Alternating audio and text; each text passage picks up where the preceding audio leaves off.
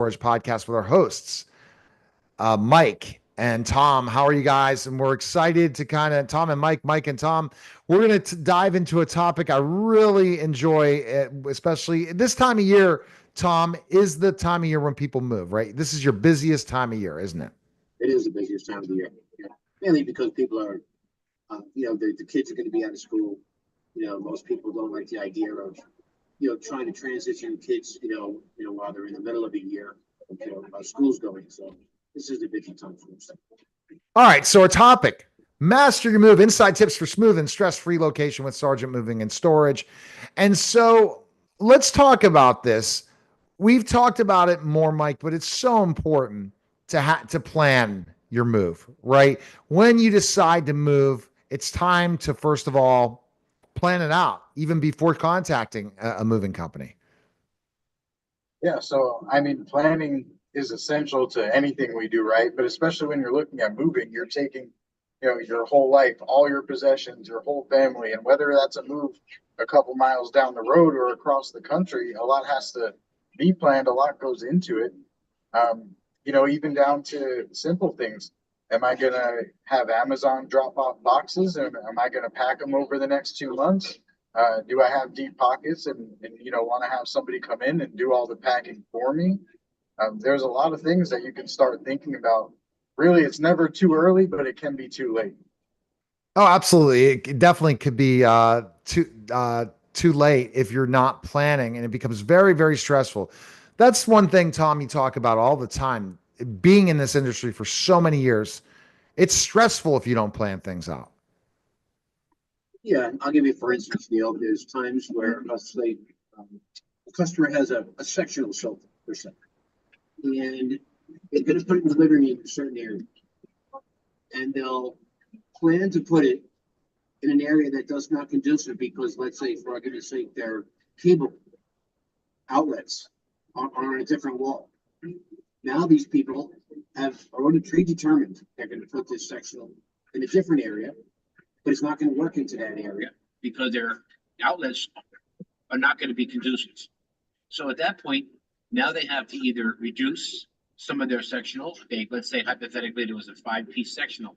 They may have to take a piece out. When we work with them, we try to explain to them how to plan it out to make sure that your bedrooms are also going to have cable outlets. You want to make sure that it's going to be opposite the wall from your bed so you could see it. We try to do that kind of stuff with the clients to make sure that they're positioning their furniture in the proper places, and also to make sure that if they're downsizing, a lot of times they won't think properly when they're downsizing. We'll get to a smaller facility, smaller home, and now they're stuck because everything's not fitting in properly. Yeah, I understand that fact, and it's interesting because but downsizing. That's why, Tom, Mike, you have the storage part of this business, right? A lot of moving companies don't have that. That really differentiates you. Right. Yeah, and for them to at that point for them to put stuff into storage, what are they doing? They're already downsized. They have furniture that didn't fit. Are they now going to take on another liability to pay a storage facility? Why would they do that? At that point, they're left with trying to sell their used furniture, which is a very tight market. You can't really get much for it. And then some of them end up just donating some of their stuff.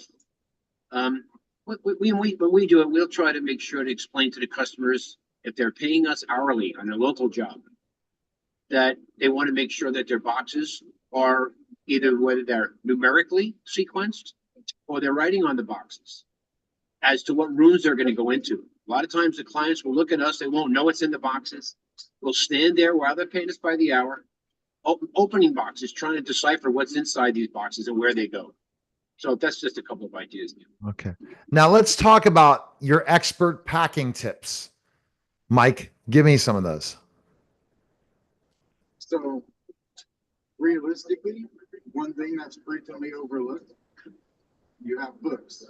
You don't want to take a large box and fill it with books. All right. People think, oh, I'll have less boxes. It's easier for the guys. But now you got this box. It's 120 pounds of books in a large box. Now, instead of throwing it on the dolly, wheeling it out, you're gonna have to two-man lift that box, because with all that weight, the tape might not hold up, the box might not hold up. So a big thing with packing is to know what size box, and that's something we help with when we estimate jobs, knowing what size box for different items. I'd rather you have 5 small boxes than stuff all your boxes into a big old Amazon box that you've had in the garage. Um, that one's important, having light items. Yeah, you can use a large or an extra large. Heavy items, you wanted smaller boxes. You want to make sure, when packing, we've seen situations where people want to, they're going to pack their own dishes and they're finishing up while we're there, and they're taking a stack of bowls and wrapping them all together. Well, if glass is touching glass, you're in for a bad time. So that plays into what we were speaking about last week or the week before, just being educated on the proper way. And that's something that, we take the time to do when we estimate jobs, when we do these in-home estimates. We'll go over details about packing, the best way to do it. And then, of course, offer our packing services as well, where, our guys are going to come in. We're going to bring all the material. Of course, there's a premium for it, but we'll have everything professionally packed for you, and it greatly reduces the risk of any damage. Let's talk about an interstate move. Again, Tom, you guys do that at Sargent Moving and Storage. How do you coordinate that process with the homeowner and yourself? Depends on their needs. There are times, if let's say we're dealing with the family, the children, they may not be able to get across the state as fast as we might be able to do it. If they're elderly, they're going to be very, very time consuming to try to drive their car there, or cars plural. So what we try to do is we try to sit down with the client. We try to decipher what their best available way to go is, and then we try to find out from them, where they're going to. Are they setting things up properly to make sure that when we get there, that there's not going to be any hindrances towards us getting everything back in, all their goods into their new property. Other than that, it all depends on what the client's wants and needs are, and we will tailor what we need to do for them. Okay, there are times that clients will look for us and they'll say, look, we're going to move with another moving company, and they're going to put us on a tractor trailer with 3 other loads. And that's mostly the way how companies do it. What we do is we'll say to the client, listen, what do you need? Well, we'd like you to load us up on a certain day. We're going to take a day to drive, and we would be looking for delivery on the 3rd day, hypothetically. So we'll tailor it to that, and we'll make sure that gets done for them, so that when we get in on that day, they're ready to go, and we'll be there as the prescribed time.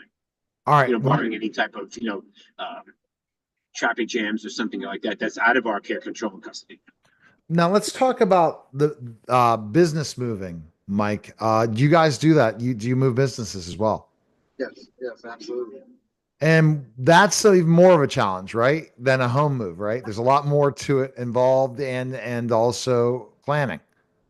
Yeah, so with commercial moves, I would say a lot more. It's just like there's different points of it that are time consuming and more difficult to deal with. So when you look at commercial moves, for instance, if we're going out, and this is where going out and doing it in person, giving an estimate in person is so important, because somebody could call and say, I have 5 desks, a couple bookshelves, and a mini fridge. But you get there's 5 desks, but they also have cubicles. So now if we're just moving those desks, I could say, all right, it's going to take us about this long. Your price will be about this much. But cubicles, most people pay professionals to come take them apart. Ooh, that's what they do. So when that happens, do we have the skill set and the tools to do it? Absolutely. But now my estimate was off by 2 hours because I didn't know about the cubicles being there and the fact that they need to be disassembled. So that's just one example of, the different challenges with commercial moves. And also another sticking point to why it's so valuable for us to do estimates in person and really get to see everything that's going to have to go into that move and make sure our estimates are as accurate as possible. Well, that's fabulous. And I think that the process, the moving process, and this is what this podcast is about. Ask again if you have questions, definitely go to sergeantmovingandStorage.com. You can get all your answers answered there. And one thing that you guys want to let you know is you answer the phone 24/7, 7 days a week. So if you need to move, contact Sergeant Moving and Storage, and you'll see what the next step is. Because Tom, there's times where you never know. Another moving company you might have hired backed out last minute. What do you do then? Is Well, it happen in your industry? It happens traditionally, and I'll tell you when. Normally, Neil, at the end of the month, most of your leases from rental people are up at the end of the month. So we know always at the end of the month, we are getting these frantic calls because what happens is, there could be a moving company that goes out and let's say they book a job for somebody and it's going to be $1,000 job. All of a sudden, a $5,000 job comes up and they don't have the amount of trucks to handle that. Unfortunately, there are companies that will drop the client that was going to pay for $1,000 to go get that $5,000 job. A lot of times what they do is instead of telling the customer up front that they're going to do this to them, they wait to the very last minute and then they'll tell them that the truck broke down. We're really sorry the truck broke down and we're not going to be able to make it. That's when we get those frantic calls, as do other moving companies from people. And also, I'll say it also happens whereas there are times when people have commitments from family and friends. They're going to come and help. They're going to rent a U-Haul. And that never materializes. We're forever getting those kind of calls from people where they're stuck. They're in a problem because they have a commitment for a closing, per se. They're going to be in default. There have been times that we've gone out and we've had to handle our clients that were booked in advance. But what we do is we'll make a promise to those people and let them know that we will come out. Our guys they'll pay a little bit of overtime, but we'll go out and do it. And if we have to start a job at 4 p.m. that we know is going to go until 12 o'clock at night, we'll do it because we know those people are stuck and they have no choice. And that's one of the ways we try to build our industry, our business, so that these people will reflect on that. And then that'll reflect in Google reviews and they'll be much more apt to make sure to get their realtor involved to say, look what Sergeant Moving did for us. They came, they helped us out. They promised they would be here at 3:40 p.m. They were here. They got it done. We did it in the dark, but we got it done. All right. The best place to go is sergeantmovingandStorage.com. Appreciate it, guys. And thanks again. Thank you. All right. That's a special simulcast Neil Haley show on the Sergeant Moving and